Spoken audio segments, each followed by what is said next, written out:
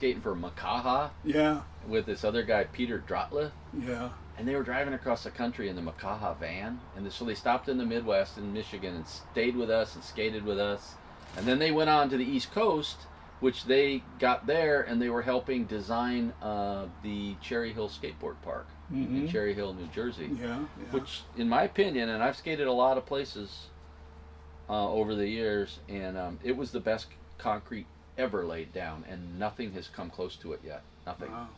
Wow. Apple was close because Apple was built by the same guy, Wally Holiday.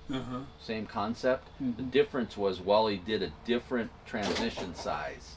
He did smaller transitions in the Apple, so it was gnarlier.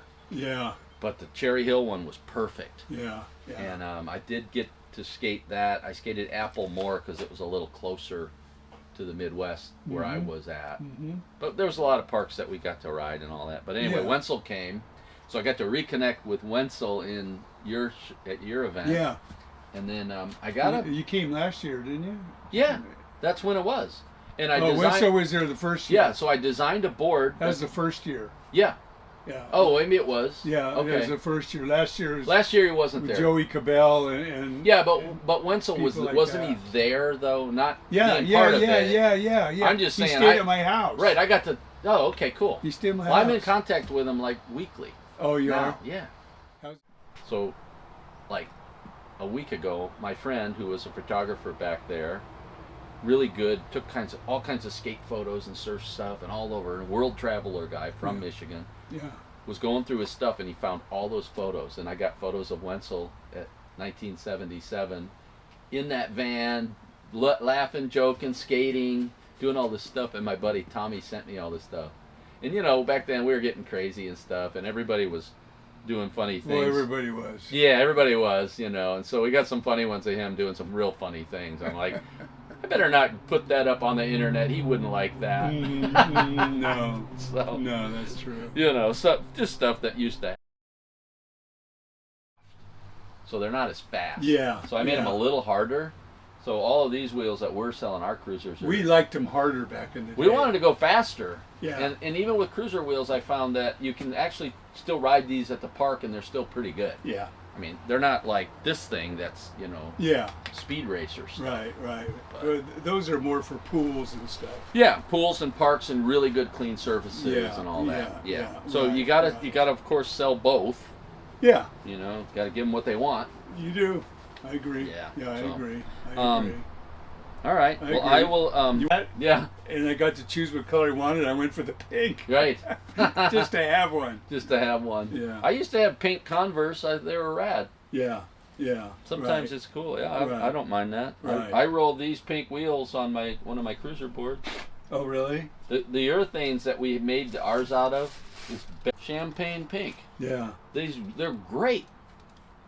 I don't know. Guys are funny. They'll wear. Well, it's kids nowadays. They'll ride a pink board because that's cool and punk. But put a clear pink thing. It's like, oh, that's kind of girly. You knew who wears pink everything, pink this, pink that, pink shoes, and he's a real famous surfer. Pink hats. Oh yes, I do. PT. Peter Townend. I love talking to him at those shows. Yeah.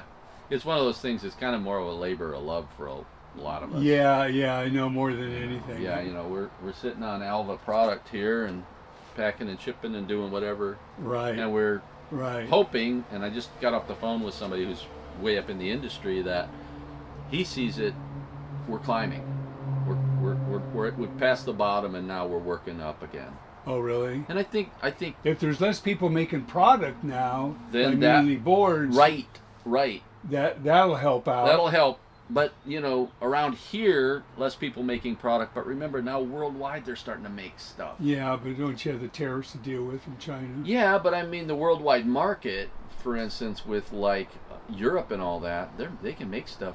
Yeah. They make stuff over there. Yeah, I know. Yeah, I forget. There's a new company making here. Two of them are out of Gardena. Okay. Taylor Dykema, of course. Down in San Diego. And Jim Shue was an Asian guy who got a lot of our exotic wood boards made in South America. Oh, cool. So was like Taylor Dykema, were they making just the solid wood boards for you? They started with that, And then was right about the time of and then, lamination? and then they came out with the Rocket. Yes, they made those. They made the Rocket. That was the first laminated board, but Yep. they weren't really on the market Right. with them. Yes. He had all our templates, Okay. and he just started making our laminated boards first. Right. So Right- you right guys there. had your own riders. You had your Oh brothers. yeah, and- he had our templates. He had everything. yeah. So he just it was so easy to roll it right into Do you them. think they made at that one? They probably made the Bob Biniak board too, huh? Yeah. Oh yeah, they made Yeah, that from one, day and, one. And Laura Thornhill had them Yeah, all yeah, with you yeah. guys. Lowers and Torger, the rest of them. Torger, yeah, I know Tony talks highly of Torger. As he, I know he he was does. kind of a mentor to him. He said. Yeah, right. I know he You know, does. that's I know cool. I know he That's does. cool. Torger is the one that influenced him to come skate with us. He did. Yeah, Oh, cool. yeah. And where was Torger from? Was he- Santa Monica. Oh, okay. Okay. Yeah. Well, I guess back then, these He was places. on the Malibu Surfing Association. Okay. And, Right. of course, Herbie and all that stuff too. Yeah. In the '60s. Yeah. Crazy. Yeah. Anyway. Yeah. Well, that's Yeah. pretty cool stuff. Yeah. Those are the ones he did for us. Yeah, Edge Rider. Yeah. Okay, what does that say right there? That's their logo. That was his logo. That's Oh yeah, the Ariel. logo. Yeah. Okay. We wanted it to be like similar to a Road Rider. Right. But in the old days, didn't Road Rider make a wheel with your brand on it? Yeah. The Logan 5. Park Rider 5. Park Rider 5. Yeah. And they were a little different in color. They were a little better Yeah, color. they were. They weren't so red. They were more a little purplish. They were pinkish, purplish. Yeah, those were cool. I never Green. got any back in the day. Oh, you didn't? No. They were they were fast wheel. I believe I own some now through my collecting. Mm-hmm. So I was always trying to, in the last 30 years, trying to collect 70s stuff, because I got a pretty good collection of 70s stuff in Michigan. Uh-huh. But when I started skating, I'd never got a Logan board back there. Mm, It was always, I had GNS stuff. right. I started off, then I got an ALVA. Right. But and then Chris Yandel came to town. Yeah. And he was in Detroit, and then he started a wholesale company, and I started buying from him, Don Thomas Skate House, and I started a little skate shop when I was 15, Oh. and I got all my stuff from him, and then later AWH, which is in Chicago, which actually buys from us now at ALVA again. Yeah. They're still going. Oh wow. And but Yandel came in, and he had his GNS wheel, which was called the Yandel Bowl Roll. I don't remember Well, he seeing would- that. It was yellow. It would have been 75, 76, Yeah, right in yeah, there. yeah. He was a crazy character. He was known as a slalom skater. He was the Well, yeah, he was. 1975 Yeah. slalom.